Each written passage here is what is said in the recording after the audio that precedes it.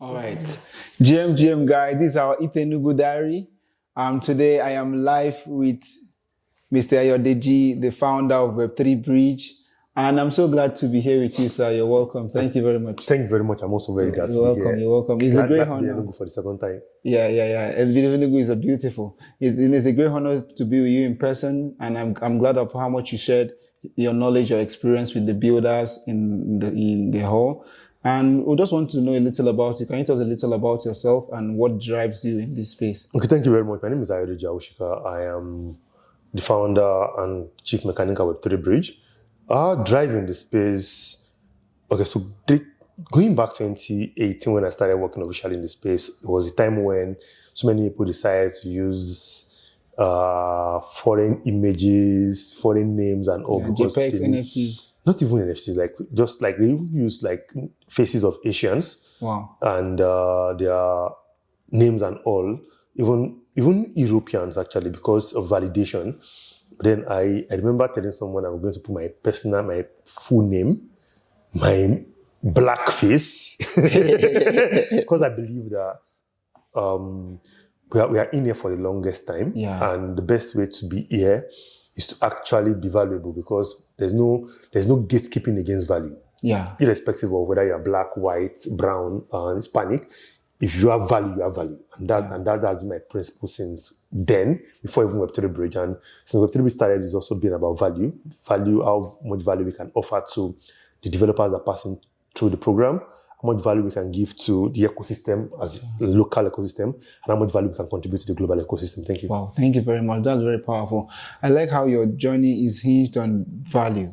And we see that in this day and time, we need more Nigerian builders to offer value. So in the building in the Nigerian context, you're a very successful builder and you've achieved a lot, and you've also made impact in a lot of lives. So how would you advise builders coming up in the Nigerian setting to give value in the Nigerian context? And, we've been having people trying to solve first world problems in a third world country, and we need our builders to now not try to replicate the sandbox, but build actual ideas. So how would you advise builders to give value in the Nigerian context? Okay, so I think we should not say that people should build only local problems. Okay. Because honestly, local problems are not easily monetizable. Okay, that's true. Also because even the locals, they are not even putting the money out the way you want it. You see most people optimize for B2B as against B2C, because even acquiring those users is actually very hard. That's true, very most difficult. of the time, we don't have money for experimentation and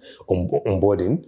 I remember when some banks or I think it was some API infrastructure for finance, when they started to give free whatever for them. I'm not sure we have those ones. So what I can say is that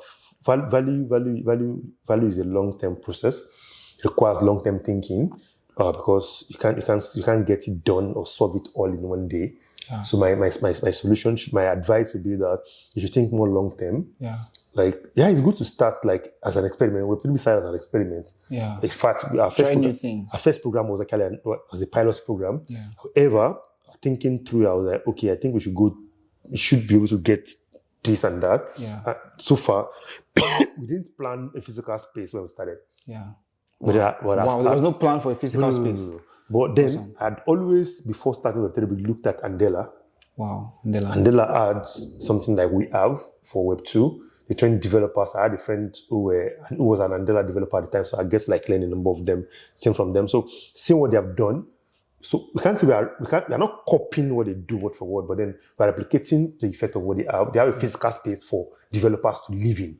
Wow. And that was it, because it solves a lot of problems for them. It makes developers grow fast to work globally. So builders should also look at what is it that works within the space of what they want to build.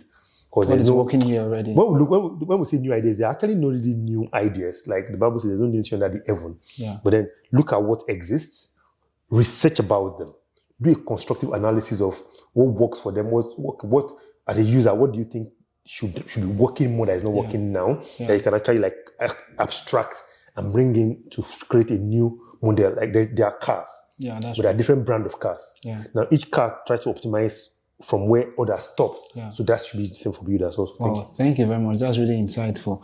Looking at like areas of focus where builders should pay attention to. In your talk, you talked about like, not just focusing on trends, like, but also building things that will last. So what are those areas that you consider are actually outstanding? And you were an Ethereum research fellow and you did a lot of impactful work in that regard. What are the areas of problem solving or products and research that you think builders in Africa should really pay attention to and try to solve for? Okay, first, I'm not a research fellow for Ethereum. I'm just I've never been. I'm not a developer actually. Okay. I have never been. I am mostly a community person since I started in Ethereum. However, I feel like we need to do more researches to understand what's actually like, what works. There's a lot of things in the blockchain that still require a lot of extensive research. There are a lot of things within the AI space that require a lot of extensive research. So we need to like research and see what works. The technology makes a lot of sense. However, we also need to look at the people that are going to use them. Yeah. Like somebody was talking about the fact that there was social media before X came. Yeah. However, Twitter was meant to like simplify whatever Facebook had. Yeah. Okay, like it was so meant to be exclusive Facebook ad where you can write a lot of things. But like I feel like what we were thinking about at first was that how can we create a group of smart people who can put out tweets in 140 sentences? Wow. And now Twitter was like open up for people to do like a lot of long distance. But then at first it was like so it's there's a lot of another media is going to come. Like Fakasta is doing the numbers now. Yeah. Because Fakasta is like more like a Twitter but on-chain. Yeah. However, there was a close circle of thinking around it. So I believe that we need to do an honest look at all of these things. We can't say this is one of the next trend. Yeah. I believe that AI is not going to go away, but AI is not going to be as trendy as it is now. So how do we marry AI and blockchain? How do we marry so we need to now start looking at how to marry all of these things together. Yeah. Then in Africa, most of the things that actually work here is education. User education, user adoption. That's why you have a lot of schools. That's why you have a lot of churches. What people sell mostly is hope. How do tech sell this hope to people? So that we need to start like that was also so we need to start like figuring all of this out. Yeah. Now we have a lot of people. Okay, in Africa, most people don't go for counseling and therapy. How do we make it easy that we can train an AI model that replace therapists? All right. Or that has therapists at the back of it, but then connect with the people so that somebody can come to ChatGPT and start asking questions around therapy and all of these things. But if it's trained by a therapist, there's a lot of things that align with their code of ethics that will be in this training that they can use. And at some point when you are maxed out, because therapy is not a one-day thing, you're maxed out like, I advise you to talk to a therapist. And these are the list of therapists under. Now, if you trust that AI model, then you can trust the therapists behind them. Yeah. Then it's easy for you to speak to a therapist. That's right. Also for doctors. Most people cannot afford to go to hospital. Most people don't want to go to hospital. Can we try an AI model? So we are already talking about how the tech can marry into real life problems for us. Wow, thank you very much. What do you see the next 20 years in the Web3 landscape in Nigeria to look like? And how do developers and builders position for that future? For blockchain in 20 years, is a wide guess. But I just want to see your vision. It's a wide guess. So I believe that Web3 is not going anywhere away. It's just going to keep reinventing. There's going to be new inventions that come into the blockchain space. Blockchain is going to become more adoptable in product. People would not even know that they're using blockchain. Now we have a number of self-driven cars. Yeah.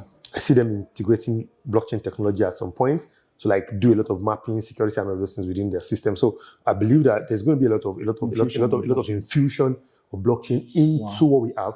That the word blockchain is going to be abstracted away, and we're going to have like just going to be simple tech that people just use normally. Exactly. So a lot of people look up to you in the space. A lot of people admire the work you do. But people who want to build to this level where they can also contribute value, what would be the roadmap you would suggest for them to follow in 2025 to actually get started and find their feet in building in the Web3 space? So Web3 space is a bit dicey. Yeah, that's true. It requires trust. Yeah. Trust is built by being showing up. When you show up with integrity.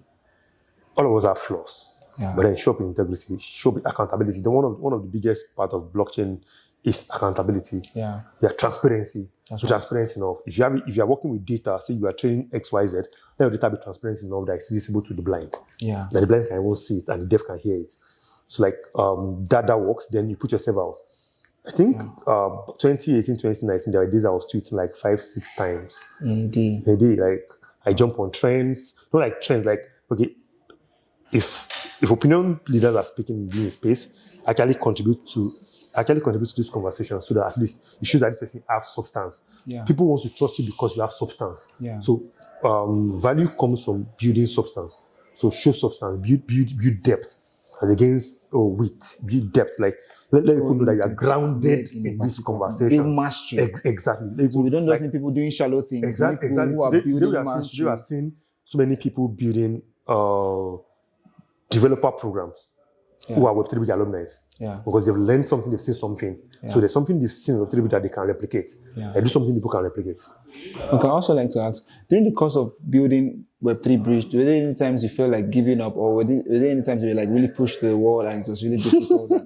I like how you laughed when I asked that. And how did you overcome that part, and what kept you going even in the very tough days? So honestly, because it doesn't, I don't believe it has been a rosy journey all along. So honestly, okay, let's the journey of the children of Israel, for example. Yeah. Before they started the journey, God took Moses to see what they want, what they are going to. At intervals, God keeps saying, Moses, I will take you guys to this place. I will take you guys to this place. So that as the leader is coming to tell the people, where God is taking us, I can see it too. As somebody, in fact, God even took him up the mountain. Went with Joshua, to see that land that you are seeing. So like as a builder, what actually kept me going was because I could see the future. Wow. Like I've seen people have done this thing before. What does it translate to them? If I keep on this journey, what does it look like in another? Then the little wins that's what it says about the little wins. The little wins. Oh, our student that on this project they got this wins, they got this hackathon, they won this. Those are like defining me. Even though the money does not come to your pockets, but I find it like you're doing something like so. Like Bible said that when God was done creating, said he looked at everything I've done, said they are good. Like that sense of okay, so let there be light or more. This light fine or we can create something else. The Bible said that, this Bible says it's 7 days. Yeah. Might not be 7 days. Yeah. When he created light or more. This light is good though. I feel like I want to again. Let's separate heaven and earth. Firmament and can go. Now it's as I keep seeing that work, like he created Adam. I feel like this guy fine. I've done another thing today. Oh wait, that discovery. Only him cannot do it. Let's create a woman. Yeah. Do you understand? Yeah. So at each point of success you make is a motivation point to not give up. Yeah. There were days where we could not afford to even pay any mentors, even though we are not paying some now. There are days where we could not afford to even pay for the internet data that we use. There are days where we could not afford to even pay for the Google service that we use. Okay. Like us, like call guys, I need loan for this, I need loan for that. But it makes sense because I could see that she's bright. Okay. Then you're meeting, you go like, we love what you are doing with Web3Bridge. Those things are like fuel that fans your fire, like you're pumped up to do more. To do more. Exactly. That's why as a person, it's also very important to separate when people praise you for just like ruin your ego and when they're actually giving you right feedback. Yes. Yeah, that's nice. Feedback, and thank you so much. The work you do is phenomenal and I really appreciate it. Thank you. So for every builder, for every person who's going to watch this video, I would like you to please give them a word of advice and tell them about the next Web3Bridge cohort that's coming up. All right, thank you very much. If you're viewing this, it means that your future is bright. Yeah. The fact that you're able to even think of viewing this alone shows that there's a brighter future ahead of you. Yeah. And I believe that the only way to get that future is to pursue it. Yeah. Is to pursue and ensure that you don't give up on it. Yeah. A lot of things are going to throw at you. That make lemon out of lemonade, Abby. Turn the lemons to lemonade ASAP. But then you need sugar and water. So you need sugar and water to make the lemonade that time. Yeah. But then our Web3Bridge cohorts 14 registration is going to open by August 28th. If you're willing to learn how to start your development journey, If you are newbie, we have program for newbie. If you're already like existing developer, we have program for you. Look at join us. We are currently designing a program that teaches advance of mathematics, cryptography, and all of those things. Wow. That are gonna, so like the goal is to actually like make sure that all the technical inadequacies that the university system is bringing out, we can actually fill it to ensure that our developers can compete or can work effectively on a global stage. Thank you very much. Thank you very much. Thank you very much, sir. Remain your host, DeFi Messiah, and thank you very much, the Chief Mechanic Officer with Web3Bridge Africa, Web3Bridge. And I want to believe that this is going to be continuous and more impact and more value will be coming from your organization. Thank you. God bless you. Really appreciate it. Thank you very much. Have a good one. You.